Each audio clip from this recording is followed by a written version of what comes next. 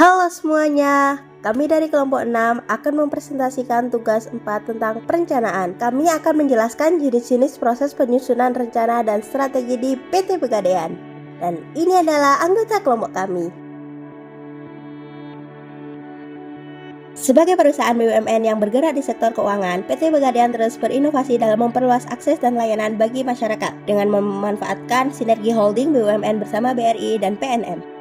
Kira-kira apa saja ya proses penyusunan rencana di PT Pegadaian? Yang pertama, identifikasi visi misi dan nilai perusahaan. PT Pegadaian mendefinisikan visi dan misi untuk mengarahkan strategi bisnisnya dalam menjadi pimpinan di layanan gadai dan produk investasi emas.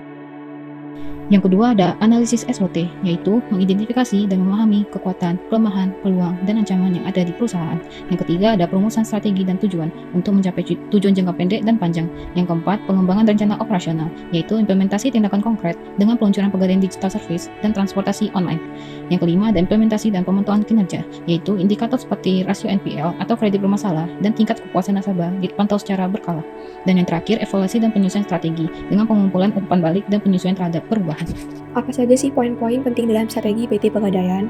Yang pertama ada penguatan bisnis inti Gadai, di mana Pegadaian ini memperkuat produk Gadai sebagai bisnis inti melalui inovasi layanan dan pengenalan model bisnis baru. Lalu yang kedua ada optimalisasi portofolio non Gadai, di mana sebagai bagian dari diversifikasi, Pegadaian ini memperluas portofolio non Gadai, termasuk layanan pembiayaan mikro, fidusia, dan lainnya. Lalu ada pengembangan bulan bank, di mana dalam menjawab kebutuhan investasi emas yang semakin populer, Pegadaian ini mengembangkan layanan bulan bank sebagai fasilitas nasabah untuk melakukan investasi emas dalam bentuk rekening emas. Yang keempat ada penguatan layanan pelanggan, di mana Pegadaian ini terus meningkatkan kualitas layanan pelanggan melalui digitalisasi dan program loyalitas, lalu peningkatan aksesibilitas dan kecepatan layanan. Lalu yang terakhir di sini ada sinergi dalam holding dengan BRI dan PNM, di mana sinergi dengan BRI dan PNM ini memperkuat jangkauan Pegadaian di segmen mikro dan ultramikro, terutama melalui jaringan distribusi bersama. Untuk kesimpulan, strategi PT Pegadaian berfokus pada inovasi layanan, digitalisasi, dan kolaborasi dengan holding BUMN untuk meningkatkan daya saing dan mencapai target pertumbuhan. Dan berikut referensi yang kami gunakan.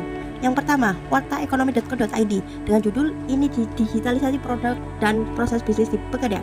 Yang kedua, wartaekonomi.co.id dengan judul "Bakal Bentuk Holding dengan BRI PNM Pegadaian".